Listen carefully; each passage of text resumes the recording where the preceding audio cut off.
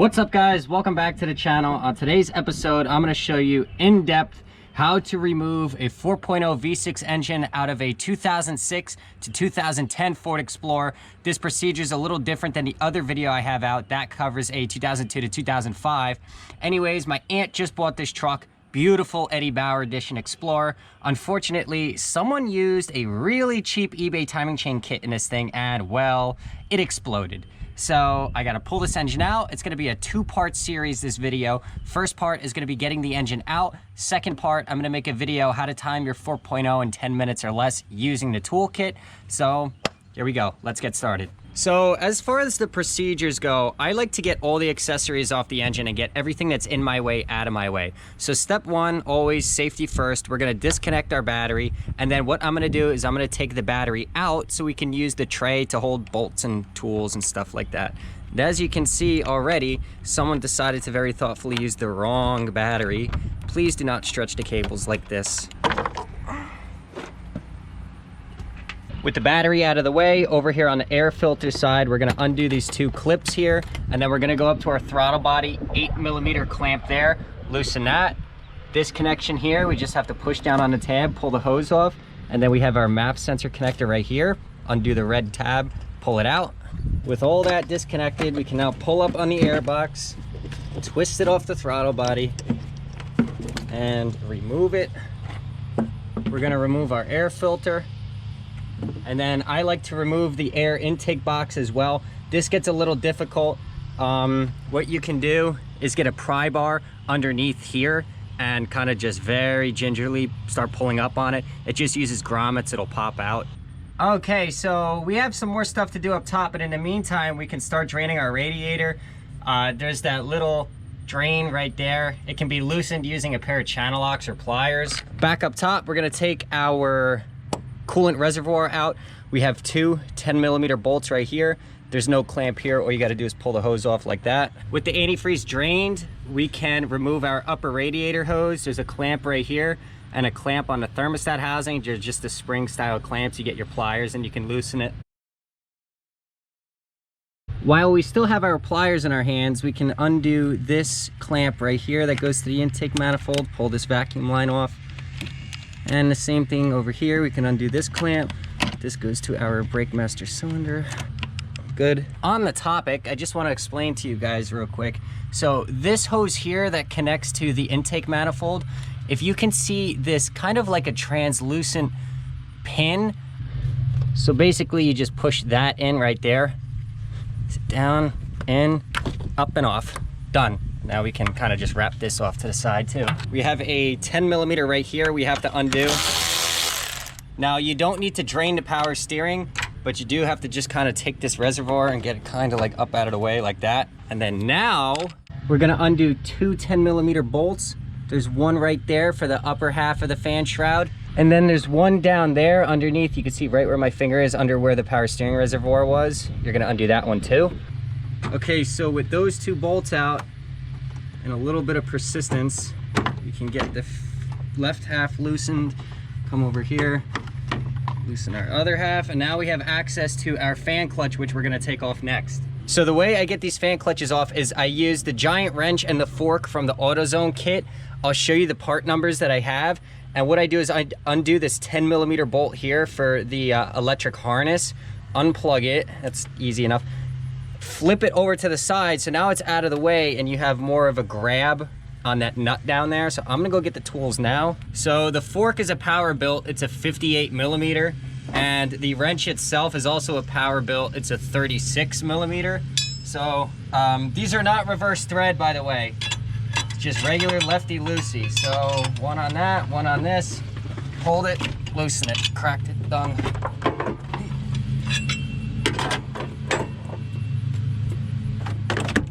Done. Now I'm gonna take the belt off. Guys, this is not how you route the belt. I don't understand why he would put the ribbed side of the belt on the flat idler pulley side, but it just consult your manual before doing something like this. Anywho, 3/8 drive, breaker bar, right in the tensioner, pull the belt off. Alternator, underneath the grommet here, we have a 13mm and a little connector, and then three 13mm bolts.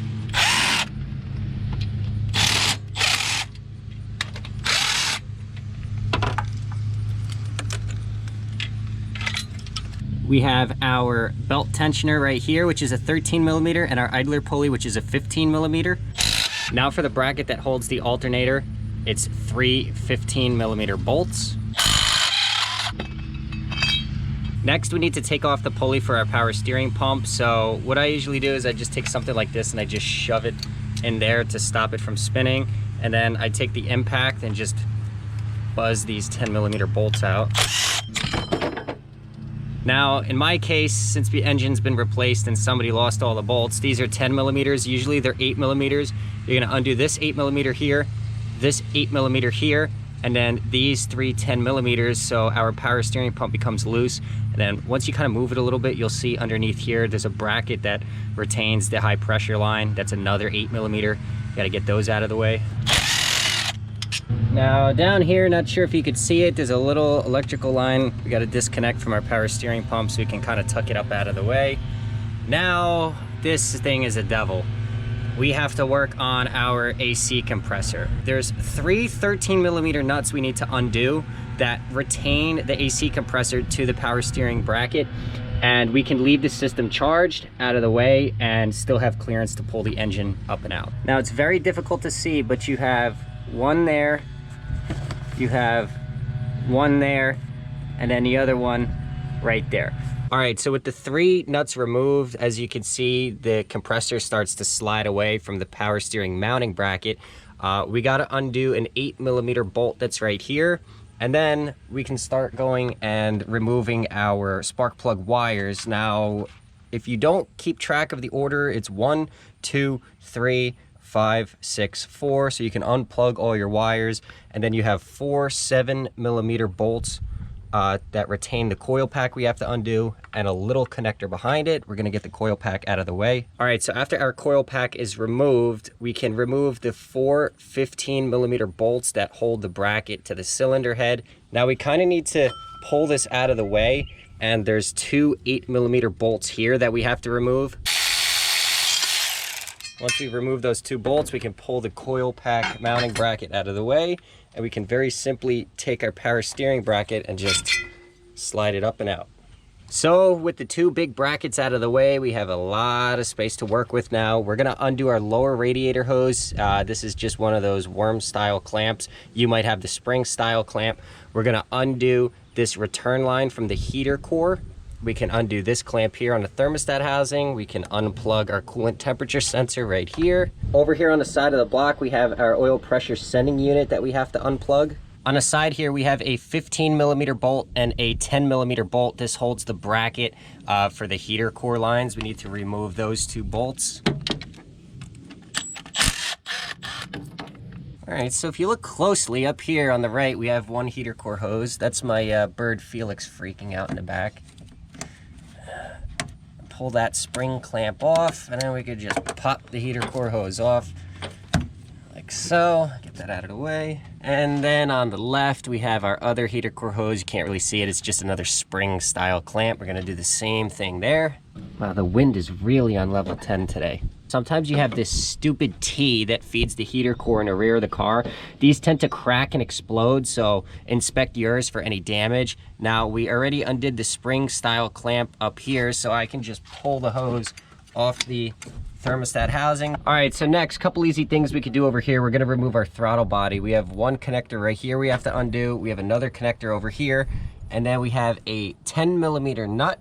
You undo that nut, you undo the wiring harness from around the stud part, and then you have 4 8 millimeter bolts. All right guys, so with the throttle body off, now what we're gonna do before we start loosening our intake manifold bolts is we're gonna get our EGR disconnected. It's a 27 millimeter wrench. You could spray it with some PB Blaster, but usually you don't have any issue. All right, so with the EGR nut loosened, what we're gonna do now is start working on our intake manifold. Now there are 8 T30 Torx bolts. Sometimes the heads round out, so you need to make sure you're holding a firm grip down, putting pressure on it while you crack each one loose. For the one back here up against the firewall, I use a Craftsman T30, a 6-inch extension, and a 3/8 ratchet. The other ones are pretty simple to get to. Take your time. In the back, we have our PCV valve. All we have to basically do is push in on this green tab and push it backwards towards the firewall, get that unhooked, and then we can come over here, unplug our EGR connector. All right, so I just got the last one done. Back here we have the vacuum line that plugs into the EGR. We have to just kind of push that off. Like I said before, I'm gonna go over here now to the PCV valve. All right, with the intake manifold off, we have the vacuum lines here. You know, you can start to undo them, keep track of them. So we had this one here for the fuel pressure regulator. You come over here, this line here supplies the vacuum for the cabin.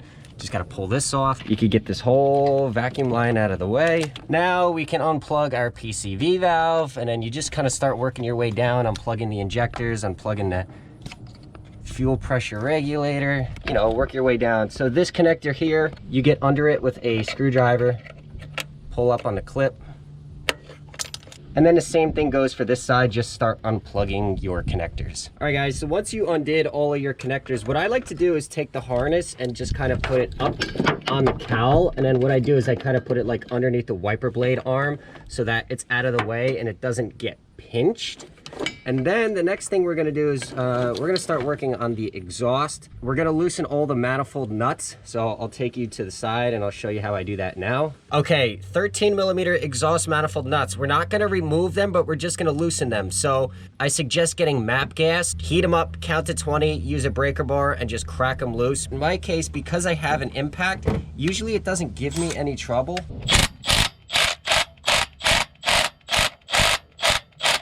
So at this point, work your way around. There's 12, take your time, heat, breaker bar, 13mm exhaust manifold nuts, loosen them up. Right here on the passenger side by the exhaust manifold, we have a 10mm ground bolt that we have to undo. Keep the ground off to the side and don't lose that bolt. Down here by the harmonic balancer, you have these studs on the timing cover with these nuts. Usually, in your case, this would be hooked onto there and this 13mm nut would be over the top of it. And there's a battery cable on the other side that has the same feature. It hooks onto there. So you have to undo two 13mm nuts and slip what's hooked onto it off. For the time being, everything up top is complete. We now need to lift the vehicle up. I'm gonna use a jack, go underneath it, and I'll show you what needs to be done next. Okay guys, so the exhaust manifold flange nuts are 15mm. They're an absolute devil to get off. So if you can see the threaded portion right there, I'll show you what I use. I just cut them. And then if you watch my installation video, you'll see how I remedy what I did when I cut it. So right now, what I'm gonna do is I'm gonna charge the air compressor, I'm gonna get my grinder, and I'm gonna cut those studs off. I mean, you can try going from underneath and getting those nuts off, but two of them already rounded off. One of them snapped off. I got the other side done, but I'll just give you the rundown of what I do here. All right, so I got the exhaust manifolds out of the truck. As you can see, I used a grinder like this, air powered, and I just cut the studs. Now, like I said earlier, at the top of the screen, I'm gonna leave a link to my installation video, and you'll see what I do with the exhaust manifolds to put new hardware in it. With the exhaust manifolds removed, we now have amazing access to our starter. There is a 13mm nut and a 10mm nut. We need to take them both off and get the terminals off our starter. There's a 13mm bolt on the top and a 13mm nut and bolt on the bottom with the ground clamp. All right, so I got the starter disconnected, got the last bolt out, so I can basically just reach it, pull it up and out. Our next step is we are going to tackle the bell housing bolts. Now, there are 8 bell housing bolts, 4 of which can be reached from up top if you reach down behind the engine with one of those ratcheting wrenches, and the other 4 can be reached from underneath the vehicle using a extension. I'm just gonna kind of set the camera up and show you what I do. This lower shroud here is also held in by 2 10mm bolts. I'm gonna remove that because what I do is I stand in the engine bay, and it makes it a little bit more comfortable for me. With the shroud loose, we can undo this lower radiator hose spring style clamp. All you gotta do is take your pliers, loosen it, and because we loosened the clamp from the engine earlier, it'll be free and we can pull it out of the engine bay. Typically, there's a 13mm bolt on the back of this cylinder head right here that retains this harness. Of course, because the engine's out, the guy didn't feel like putting it back, so mine's missing, but take that into consideration. And like I said, so I have this swivel ratcheting wrench. I'm just gonna kind of reach behind the cylinder head and start seeing how many I can get out. All right, guys, so I got pretty much 6 of the bell housing bolts done from up top. like I said, you stand here, you use the ratcheting wrench, and you just like, you have a ton of clearance between the firewall just to get back there. It's not too difficult. I actually think the exhaust and the torque converter nuts are worse than the bell housing bolts on this engine. Anyway, I got 2 more underneath the car. What we're gonna do now is unfortunately tackle the torque converter nuts. Now, we loosen them by going through the starter access slot. So we put a 19mm on the crank bolt, rotate the engine until you see a nut. The nuts are 14mm, and it's pretty much just back and forth, back and forth, back and forth. There's 4 nuts in total. What is that coming down the street? Cycles, maybe? I don't know. All right, so anyway, here I am again in the engine bay. And what we do is we take our 19mm and we rotate the engine clockwise. So, do you mind? So, I got the socket on the engine. I'm gonna start turning it. And I see one. So I'm gonna take the socket off. I got our 14mm. I just kind of go down, reach in there, and oh, you play a game. How many times are you gonna blast your knuckles in this process? Okay, so that's one. This is what they look like. I got 3 more. So again, rinse and repeat. I'm gonna put the socket on the front of the engine. You don't need to remove the spark plugs for this procedure. Turn till I see another one. Yep, see one, okay. And just like that, 3 more times without me trying to get angry. All right, so the next thing I'm gonna do is remove these 2 18mm motor mount nuts. Because we have the exhaust manifold out of the way, we can fit an impact in here. You might have to put some heat on them, but I take my impact and I just buzz them off. On the driver's side left, this motor mount is an 18mm long bolt. We can fit our impact in there and just buzz it out. Gonna go underneath the truck now, get our last 2 belt housing bolts removed, and then I'll show you how to remove the hood. Underneath the vehicle here, you can see we have the 1 belt housing bolt, the second one, and we have that one there that we removed earlier. You could use an extension if you can't reach it like I did, but it was easier to do from the top. So I'm gonna remove those 2 bolts now. Next, we need to undo our fuel connection to the rail.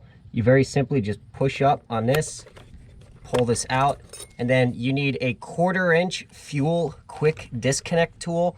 They're plastic, they sell them at AutoZone, Advanced Auto. You push in on the line, you push the tool into it, pull the line off. Like so. To remove the hood, we very simply pull this out. We're gonna pull our washer fluid hose off this barb. And then on each side of the hood, you have 2 8mm bolts. If you have an Explorer, the hood is aluminum and it's somewhat easy to carry.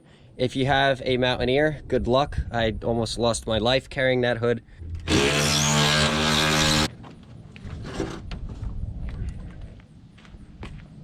Okay, underneath the vehicle, we need to support the transmission with a floor jack.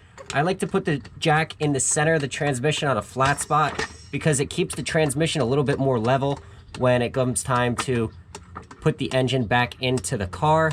All right, so we're in the process of chaining the engine up. The 2 bolts I use, in the front, I use a bell housing bolt. In the back, I use that bolt that held the harness to the back of the cylinder head.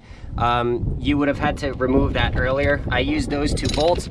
I get a thick piece of chain. You don't need a load leveler yet. We're just pulling the engine out. So I have this rigged up, and finally, it is time to pull the engine out of the truck.